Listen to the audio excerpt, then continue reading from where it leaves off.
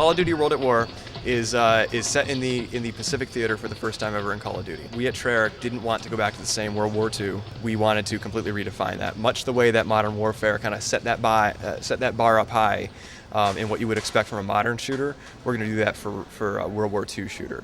So we're doing that in a couple of ways. First, again, Japanese theater, Pacific theater. You're going to be fighting in the jungle. And it's more than just changing the locale, though. It's more than just putting you in the jungle and putting Japanese uniforms.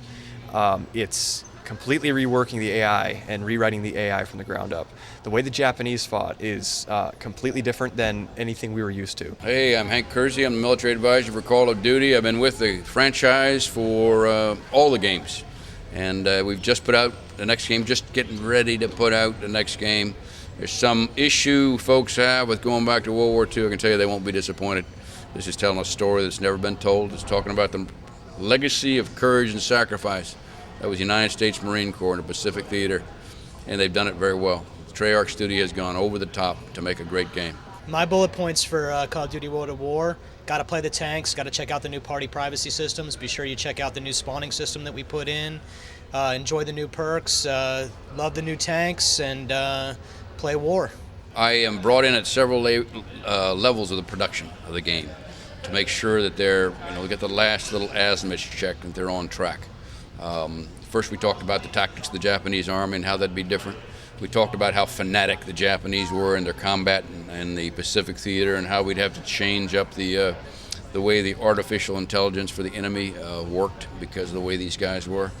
We talked about the Bushido code that the Japanese followed and how that manifested itself on the battlefield for the relentless and tenacious enemy that would do anything to kill you to honor their emperor. And if they couldn't do that, they had dishonored their family name and they put themselves to death. So very no holes barred, no quarter given kind of fight. And this game tells it very well. Call of Duty World at War, for the first time, is going to feature two types of co-op, actually: campaign co-op and competitive co-op.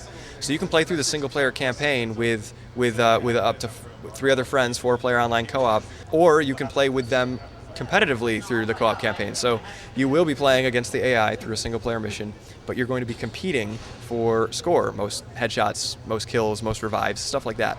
And this XP that you gain in competitive co-op will translate over to competitive multiplayer. So if you gain 10 levels in competitive co-op, you're going to have all your level 10 unlocks in multiplayer.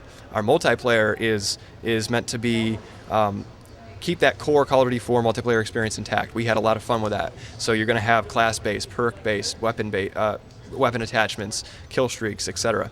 We're adding in some new perks. Some of the old perks are going to be returning. We're modifying some of the old perks.